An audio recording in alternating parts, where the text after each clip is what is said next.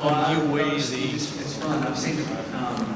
confidence factor that you have to have versus being cocky? Yeah, I think there's a humble way of going about it. A cocky person will go around and just say I'm the best all the time, and then there's a way of quiet confidence that you know you can get the job done and you know that you belong in whatever situation that you're in. And that's kind of how we feel as a team right now, is that we're confident in our abilities to be able to make plays and be able to go out there and compete with the so-called perennial houses in the Pac-12. What Pac-12 talking about? Yeah, just in class. Good. How you doing? We survived for 2 days.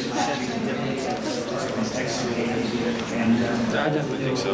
You know, I think especially since the fact that we think it's our team. You know, the coaches coach and they're ultimately in charge, but the seniors are definitely taking charge and definitely has more of a, I guess, say on things. You know, we want it to go a certain way. We want to go, you know, as far as we can, and we don't want to limit ourselves to anybody's predictions or anything like that. You know, we just want to go out there and take it week by week, and win each game we go out there and play.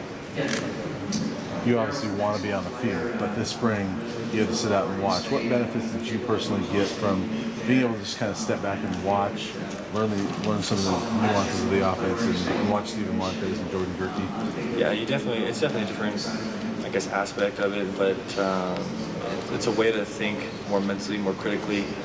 You can see behind the scenes of what's happening more, and all the moving pieces that go into there. And so I took a more mental approach and watched more film. You know, I was in every meeting, even though I couldn't do anything.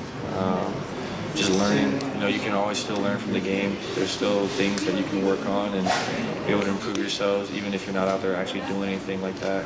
But I'll get enough reps in fall camp this upcoming month that I think it'll be a great benefit to actually sit out a spring and heal up in terms of my foot and my shoulder and everything else that's been going on. Did you need that to just kind of improve the mental aspect of the game for yourself? I think so. I think that it's not a weakness of my game. You know, for most, I want to say like 95% of the time I know where to go with the football. But it's always good to get more reps mentally. Anything helps. And then to physically just rest the body. I mean, you can push through it. I've always pushed through things. And so I think the spring was ultimately, you know, a blessing in disguise for me. Is your body rested finally? I mean, you haven't been through this long without getting hit since you. Yeah, probably. It's rested. You know, it's rested and ready to go. You know, I'm excited to get back out there and play the game I love, and with this group of guys that has been with me for 4 years now. And so, yeah, just excitement. I'm rested. I'm ready to go, and I'm kind of itching to go now. You know, being here, especially at the Pac-12 meeting, and seeing all these guys, they're all great. Players, great representatives of their team, but you know that competitive edge just kicks in. You see them and you go, you know, I want to beat these guys. You know, especially when you haven't been winning all the time, and there's like a drive, a fire, and a hunger and a desire to go out there and win some games.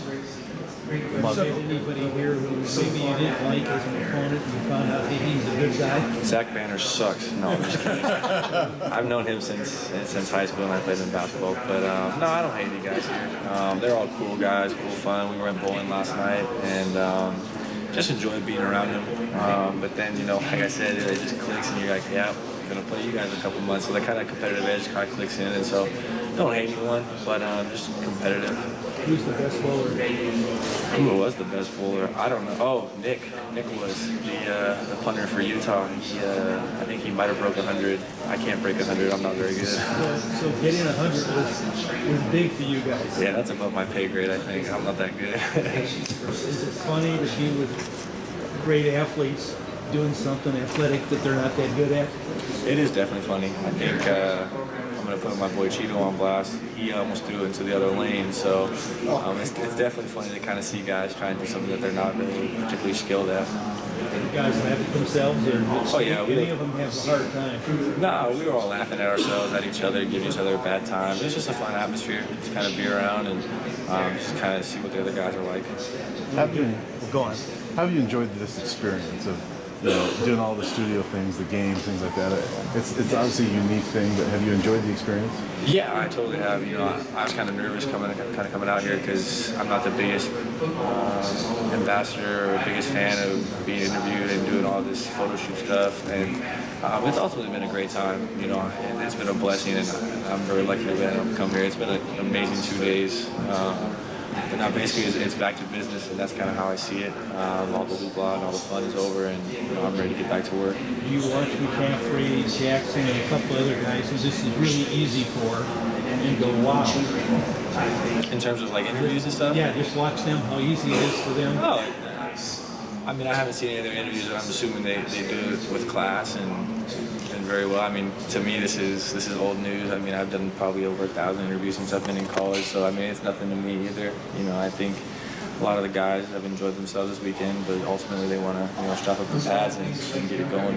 So talk a little about your growth as a quarterback and what's that like through your college career? Yeah, it's been an immense one. You know, I think my freshman year I struggled a little bit, kind of being put in as a true freshman, but had a better sophomore year and kind of had a slump through my junior year, trying to fight through injuries and everything. But, I think this will be like the first time in my college career where I'm truly confident in myself and my ability and my teammates to go out there and get the job done. And that's what I expect from myself. And if I don't, then I feel like I'll let myself and my teammates down. What are your views of Josh Rosen and how he handled it last year as a freshman? He did very well, especially for a freshman. To be able to go out there to UCLA where there's a lot of media coverage and hoopla, I guess. He did a great job, especially even when he played against us. You can see that he's matured above his years, and so he's a special quarterback, and he'll be one to look at in years to come. Do you scratch your head and go, how do you get that good that soon?